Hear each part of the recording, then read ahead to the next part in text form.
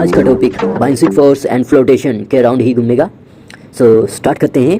First question, the centre of buoyancy always coincide with the centroid of the volume of fluid displacement. देखो, जो centre of बाइंसिक होता है वो ना coincide करता है जितना भी पानी डिस्प्लेस किया गया है उसका सेंटर पॉइंट, ठीक है। और सेंटर ऑफ ग्रेविटी क्या होता है? सेंटर ऑफ ग्रेविटी होता है कोई भी बॉडी है उसका सेंटर ऑफ ग्रेविटी की उसका क्या कहूँ मैं, जैसे कि टोटल मास होता है, total mass of the body is assume to act. एक जो बॉडी का टोटल मास है वो कहाँ पे एक्ट कर रहा है, this is the point of centre of gravity. और सेंटर ऑफ ग्रेविटी और बाइंसिक फोर्स एक ही जगह पे भी कंसाइड कर सकते हैं। कंडीशन एक है कि बॉडी जो हो, बॉडी का मास यूनिफॉर्म होना चाहिए, लकड़ी का है तो लकड़ी का ही होना चाहिए, स्टील का है तो स्टील का ही होना चाहिए, और वो कम्प्लीटली पानी में डूबी हुई होनी चाहिए। उस केस में ये कंडीशन पॉसिबल है। Question number second, a submerged body in water, a submerged body in water is subjected to buoyancy equal to weight of water displacement.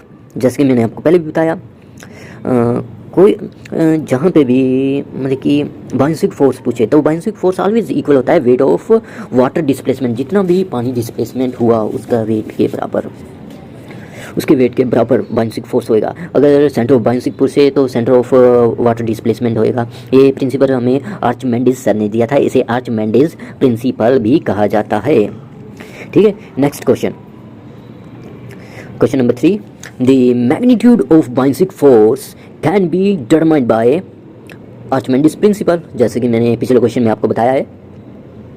Here the next question, a floating body will remaining in stable equilibrium if the metacentric is above the center of gravity।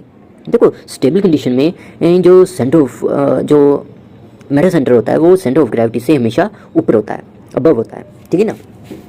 Stable condition में अगर ये Meta centre से नीचे, Meta centre of gravity से नीचे चला जाए तो वो कंडीशन अनस्टेबल हो जाएगी। Here the few figures are shown. जैसे कि आप पहली कंडीशन देख रहे हो, स्टेबल इक्विलिब्रियम, ये सिर्फ और सिर्फ उस कंडीशन में एप्लीकेबल है जिस कंडीशन में जो हमारी बॉडी है या जो भी बॉडी है उसका जो वेट है या मास है वो नियर दी, वेट है मास है जो पॉइंट है, यानी कि उसका centre of gravity approximately near the bottom हो उस कंडीशन में। जैसे शिप होती है अंदर से खोखी होती है, इसलिए उसका जो सेंटर ऑफ ग्रेविटी होता है वो बॉटम में ही होता है अप्रोक्सीमेटली, ठीक है ना। So next question, stable condition है बट स्टेबल कंडीशन है तो मेटासेंट्रिक हाइट अबव होगी सेंटर ऑफ ग्रेविटी, ठीक है ना, और बाइंसिक फोर्स बिलो होएगा सेंटर ऑफ ग्रेविटी के। अच्छा, अनसुटेबल कंडीशन होगी तो सेंटर ऑफ ग्रेविटी जो होता है वो अबव चला जाएगा मेटासेंट्रिक के, और बाइंसिक तो नीचे ही रहेगा अपना, ठीक है ना। बाइंसिक सिर्फ और सिर्फ एक कंडीशन में ऊपर आता है, जो पहली कंडीशन मैंने आपको बताई है वही, ठीक है। और फोर्थ कंडीशन न्यूट्रल इक्विलिब्रियम, इसमें क्या होता है मेटासेंट्रिक और ग्रेविटी एक ही पॉइंट पे लाई करते हैं, जैसे कि चौथी कंडीशन में देखा है। यहाँ पे कुछ कंडीशन दी हुई हैं टेबल में, जैसे कि आप देख सकते हो। एम का मतलब मेटासेंट्रिक हाइट, जी का मतलब ग्रेविटी, ठीक है। ये बी एम क्या है, आप सोचोगे बी एम क्या है। देखो, स्टेबल इक्विलिब्रियम है, स्टेबल इक्विलिब्रियम का कंडीशन देखिए, कंडीशन नंबर सेकंड, इसमें बी एम क्या है, बी एम है सेंटर ऑफ बाइंसिक से सेंटर ऑफ मेटासेंट्रिक तक का डिफरेंस, हाइट वो ज़्यादा होएगा हमेशा बी जी से, यानी कि सेंटर ऑफ बाइंसिक से सेंटर ऑफ ग्रेविटी के बीच का डिस्टेंस से ज़्यादा होएगा, ठीक है ना। ये स्टैटिक इक्विलिब्रियम में कंडीशन आती है। ये बस इसी से ऐसे ही अनस्टेबल की बनाई हुई है कंडीशंस, और न्यूट्रल पे तो दोनों बराबर ही होते हैं, ठीक है ना। Here the next question, question number 5, the buoyancy depends upon the, buoyancy हमेशा किसके ऊपर डिपेंड करता है? डिपेंड करता है displacement of liquid, weight of the displacement of liquid, ठीक है ना। आर्चमेंडिस प्रिंसिपल हमेशा याद रखिएगा, काफ़ी क्वेश्चन पूछे जाते हैं इसके ऊपर भी। Question number 6, for stability of floating body the metacentric should be above the centre of gravity. Option number A is an correct answer. Stable है ना तो अबव ही होएगा ना, जैसे कि हमने कंडीशंस में पढ़ा था। यहाँ पे question number 7, the point in immersed body through which the resultant pressure of the liquid may be taken to act is known as centre of buoyancy. देखिए, क्वेश्चन को ध्यान से पढ़िए, इन्होंने क्या पूछा है, कोई बॉडी है वो पानी में डूबी हुई है, उसके ऊपर रिजल्टेंट फोर्स लिक्विड की तरफ से कौन सा लगेगा? वो होता है सेंटर ऑफ बायोसिक, बायोसिक फोर्स लगेगा, वो लगेगा सेंटर ऑफ बायोसिक पे। So option number C is the correct answer. ठीक है, so question number 8 is here. The resultant upward pressure of the fluid on an immersed body is called buoyancy। देखिए इन्होंने भी रिजल्टेंट पूछा है, अपवर्ड प्रेशर जो कि बॉडी को ना अपवर्ड ऊपर की ओर धकेले, जो कि फोर्स, जो कि रिजल्टेंट फोर्स फ्लूइड की तरफ से लगाया जाता है, वो होता है बायोसिक फोर्स। ठीक है ना। So next question, question number 8 is, question number 8 हो चुका है। Question number 9, a body floats in stable equilibrium. A body floats in suitable equilibrium. तो इसका क्या आएगा? इसका आएगा व्हेन द मेटासेंट्रिक हाइट, जब मेटासेंट्रिक की हाइट सेंटर ऑफ ग्रेविटी से अबव होएगी तो उस कंडीशन में बॉडी स्टेबल होएगी। अनसुटेबल आपको पता ही है, जब मेटासेंट्रिक बिलो चला जाए सेंटर ऑफ ग्रेविटी के। ठीक है ना। Question number 10, an odd shape body weight 7.5 kg and occupied 0.01 cubic meter volume will be completely submerged in the fluid having specific gravity। देखिए इन्होंने ना हमसे सिंपली बात है स्पेसिफिक ग्रेविटी पूछी है। स्पेसिफिक ग्रेविटी का फार्मूला क्या होता है? डेंसिटी ऑफ फ्लूइड बटा डेंसिटी ऑफ वाटर। ठीक है, सो हमें डेंसिटी ऑफ फ्लूइड निकालना पड़ेगा। डेंसिटी ऑफ फ्लूइड निकालने का फार्मूला क्या होता है? डेंसिटी का फार्मूला होता है weight by volume. Weight by volume, इन्होंने वेट भी दे रखा है, वॉल्यूम भी दे रखी है अपने को। सो कैलकुलेट करो। हियर इज द, हमने देखिए डेंसिटी निकाली फ्लूइड की, वेट बाय वॉल्यूम किया और उसके बाद स्पेसिफिक ग्रेविटी का फार्मूला लगा दिया। सो अपने पास निकल के आता है 0.75। Option number D is the correct answer. ठीक है, now the next question, question number 11, a body is said to be equilibrium if, a body is said to be equilibrium if it move horizontally, नहीं। It's move vertically, नहीं, इसका भी कुछ लेना देना नहीं है। It's rotate about its CG, नहीं, इसका भी कोई लेना देना नहीं है। नन ऑफ दिस इसका आंसर हो जाएगा। देखो स्टेबल कंडीशन कौन सी होती है? स्टेबल होती है अपनी जब मेटासेंट्रिक का अबव होता है सेंटर ऑफ ग्रेविटी से। अनस्टेबल होती है जब मेटासेंट्रिक बिलो होता है सेंटर ऑफ ग्रेविटी से। और इक्विलिब्रियम और न्यूट्रल कंडीशन होती है जब दोनों एक ही पॉइंट पे लाई करते हैं। ठीक है ना, इसमें ऐसा कुछ भी नहीं है। So question, next question, question number 12 is here. Metacentric height is given as the distance between. Metacentric की हाइट बतानी है हमको। मेटासेंट्रिक की हाइट कौन सी होती है? Anyone know? ये होती है centre of gravity of the body and the metacentric. Centre of gravity से ऊपर जो मेटासेंट्रिक पॉइंट होता है वहाँ तक जो हाइट होती है वो होती है मेटासेंट्रिक हाइट। ठीक है ना, सेंटर ऑफ ग्रेविटी से अबव, याद रखिएगा। Question number 13, center of gravity of a thin hollow cone lie on the axis of symmetry at a height of 1/3 of the total height above the base। ठीक है ना, आपको पता है triangle की अगर बेस की तरफ से हाइट ली जाए, सेंटर ऑफ ग्रेविटी बताना है हमको, अगर बेस की तरफ से हाइट ली जाए तो 1/3 होता है, लेकिन अगर वर्टेक्स की तरफ से हाइट ली जाए तो 2/3 होता है, 2/3 h का। ठीक है ना, याद रखिएगा।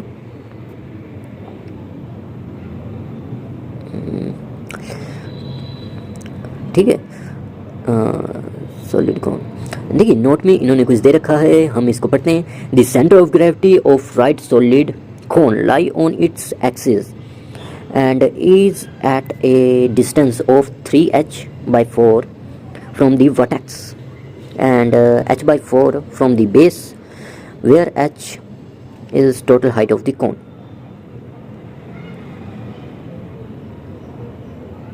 देखिए ये हो गया सॉलिड के केस में, ये अपना था होलोकोन। होलोकोन के केस में मैंने आपको बताया जैसे कि, लेकिन सॉलिड के केस में ये कंडीशंस बदल जाती है।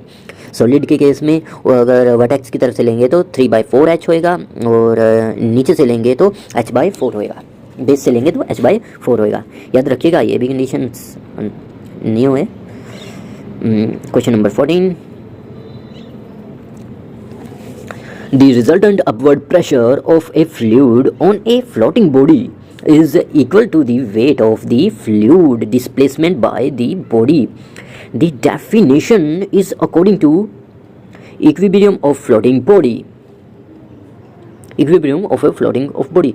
देखिए आर्चिमेडेस प्रिंसिपल ने बायोसिक फोर्स के बारे में बताया है। नेट अपर फोर्स जो होता है is equal to the weight of liquid displacement. So option number B is the correct answer. आप क्वेश्चन को ध्यान से नहीं सुनते, क्वेश्चन को ध्यान से सुनिए, आपको ना सब कुछ क्लियर होएगा। क्वेश्चन को जरा ध्यान से सिर्फ सुनना नहीं है, उसे समझिए भी कि वो पूछना क्या चाहता है और उसने दिया क्या है।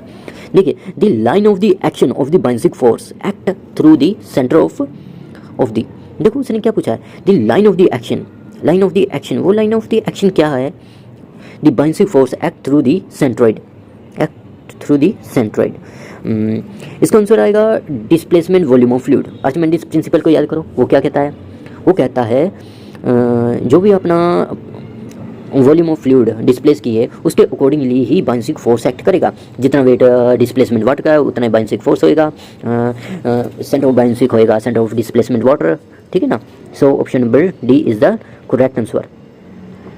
Question number 16, the time oscillation of a floating body with increasing in metacentric height will be lower, देखिए, the time occupying of a floating body with increasing the metacentric height, अगर मेटासेंट्रिक की हाइट को बढ़ा दिया जाए उस condition में time पूछा है इसने, वो कम हो जाता है। देखिए, इसका टाइम ऑफ ऑसिलेशन का फार्मूला होता है, ये फार्मूला ये रहा, T is equal to 2 root I, यानी moment of inertia by weight of the W, weight of the body, और GM मेटासेंट्रिक हाइट, ठीक है ना। ये है, अगर मेटासेंट्रिक हाइट को अगर बढ़ा दिया जाए तो टाइम कम हो जाएगा, क्योंकि मेटासेंट्रिक हाइट इन्वर्सली प्रोपोर्शन है और अंडर रूट में है, ठीक है ना। सो अगर मेटासेंट्रिक हाइट को बढ़ाया जाएगा तो डेफिनेटली टाइम कम लगेगा। So option number C is an correct answer. हाँ, it is clear that the metacentric height increasing time occupying decreasing, वही चीज़ लिखी हुई है। Question number 17, which one of the following statement, शायद ये आपको क्वेश्चन ठीक से दिखाई नहीं दे रहा होगा, ब्लर दिखाई दे रहा होगा, so please keep listen carefully. Which one of the following statement is correct about the centre of बायोसिक, it is the point where the बायोसिक force act and it coincide with the centroid of the volume of displacement. Option number C is a correct answer. जैसे कि मैंने आपको पहले भी बहुत बार बता चुका हूँ कि सेंटर ऑफ बायोसिक कौन सा पॉइंट होता है, जो सेंटर ऑफ वाटर डिस्प्लेसमेंट होता है, वही ऑप्शन सी में लिखा हुआ है, सी इज़ द करेक्ट आंसर। यहाँ पे कुछ पॉइंट्स लिखे हुए हैं, आप पढ़ सकते हो चाहे तो, चलो मैं ही पढ़ के सुना देता हूँ आपको। द रिजल्टेंट फोर्स एक्सटेंड, जब रिजल्टेंट फोर्स को बढ़ा दिया जाता है on the body by a static fluid in which body is submerged और फ्लोटिंग इज कॉल्ड द बायोसिक फोर्स। देखो, जो रिजल्टेंट फोर्स लगता है ना, जो बॉडी को डूबने से रोकने की कोशिश करता है, वो होता है बायोसिक force. Point of application of this force is at the centre of gravity of displacement liquid. Centre of बायोसिक फोर्स का जो सेंटर होता है, वो जो भी लिक्विड डिस्प्लेस किया जाता है उसका सेंटर पॉइंट होता है। The CG, centre of gravity of displacement liquid is called centre of बायोसिक, वही बात लिखी हुई है इन्होंने। So question number 18, a rectangular block of dimension 2 meter into 1 meter into 1 meter is floating in water with the immersed depth is 0.5 meter. What is the weight of the block? हमें उस block का wait बताना है। इन्होंने हमें water का wait दे रखा है, जो कि है 10 किलो न्यूटन पर क्यूबिक मीटर, ठीक है ना। सो क्यूबिक, सबसे पहले तो हमें ब्लॉक, जो भी अपने पास ब्लॉक है, रेक्टेंगुलर है या कोई भी बॉडी है, मान लो जितनी वो पानी में डूबी हुई है ना, उसकी वॉल्यूम निकालनी है। उसकी वॉल्यूम देखिए, इन्होंने डेप्थ रखी है 0.5 मीटर, यानी कि इतना पोर्शन ब्लॉक का डूबा हुआ है। तो वॉल्यूम निकालते हैं 2 × 1 × 0.5, ठीक है, यहाँ से निकल आएगी वॉल्यूम, और इसको मल्टीप्लाई करेंगे हम वेट ऑफ द वाटर्स के साथ, तो अपने पास निकल के आएगा वेट ऑफ द ब्लॉक। क्योंकि जो ब्लॉक का वेट होएगा ना, जितना ब्लॉक का वेट होएगा वो उतना ही वेट के पानी को डिस्प्लेसमेंट कर पाएगा। सो यहाँ से हमें देखिए, जैसे कि यहाँ here the calculation is known, so अपने पास आंसर निकल के आता है 10 kilo newton. Option number B is an correct answer, ठीक है। So next question number 19, the stable equilibrium is achieved in the floating body when metacentric is above the centre of gravity. देखो, stable condition तभी होगी जब metacentric above होएगा centre of gravity के, तभी ये कंडीशन अचीव होगी। So next question is here. Question number 20. If 90% volume of iceberg is immersed in the water and 10% volume is above the water surface, what is the density of the iceberg? The density of sea water is given as 1025 kg per meter cube. यहाँ पे पर metre cube आएगा, ठीक है ना। सो हमें density बतानी है आइसबर्ग की। सो सिंपल सी बात है यार, डेंसिटी बतानी है आइसबर्ग की ना। तो देखिए 90% वो पानी में डूब जाता है, तो उसका वेट 90% है, यानी कि 1025 kg पर मीटर क्यूब का 90% आइसबर्ग की डेंसिटी होगी, ठीक है। सो हम इसको सिंपली 0.9 से मल्टीप्लाई कर देंगे। सो हमारे पास निकल के आएगा जो आंसर वो होएगा ऑप्शन नंबर बी 922.5।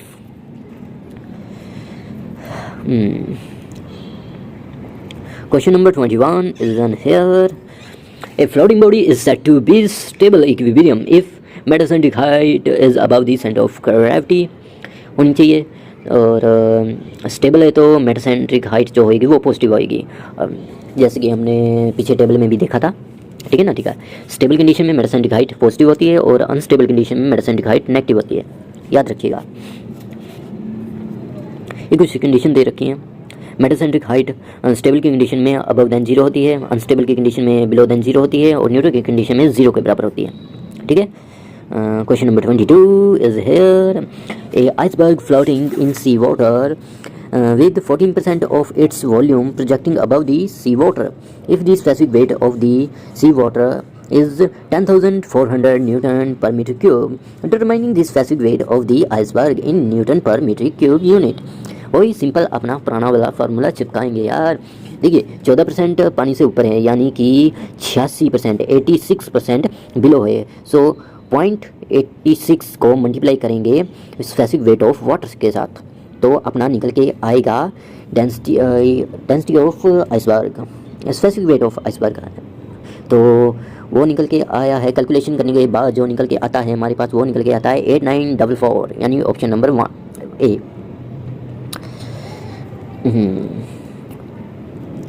ठीक है।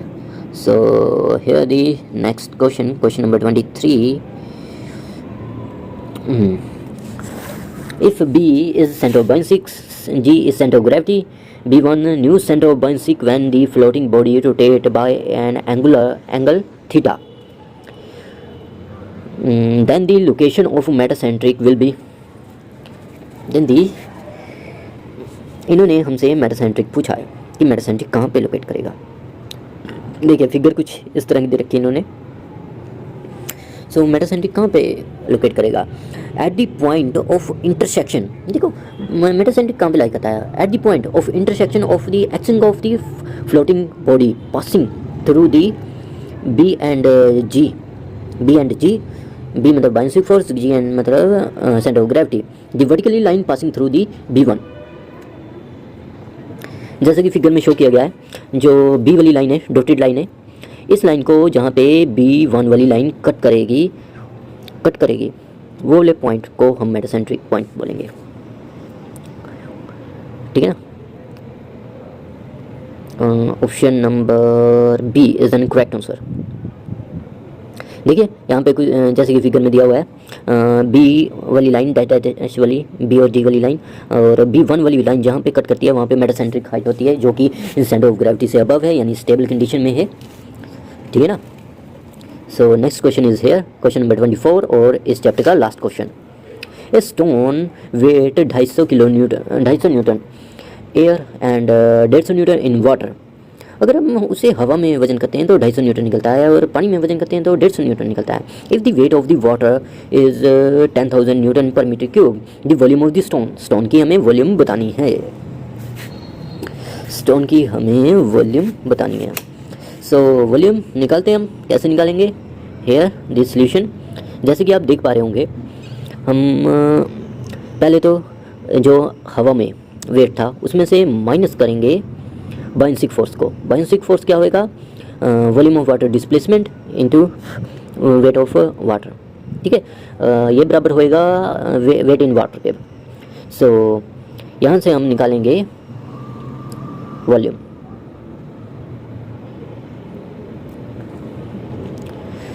वॉल्यूम ऑफ द स्टोन, यहाँ से अपने पास निकल के आएगी वॉल्यूम ऑफ द स्टोन, जो कि निकली है 0.01 मीटर क्यूब।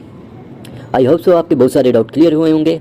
अगर नहीं हुए तो यार सब्सक्राइब बटन दबाओ, बहुत सारे हो जाएंगे। झकाझक मजाक कर रहा हूँ यार।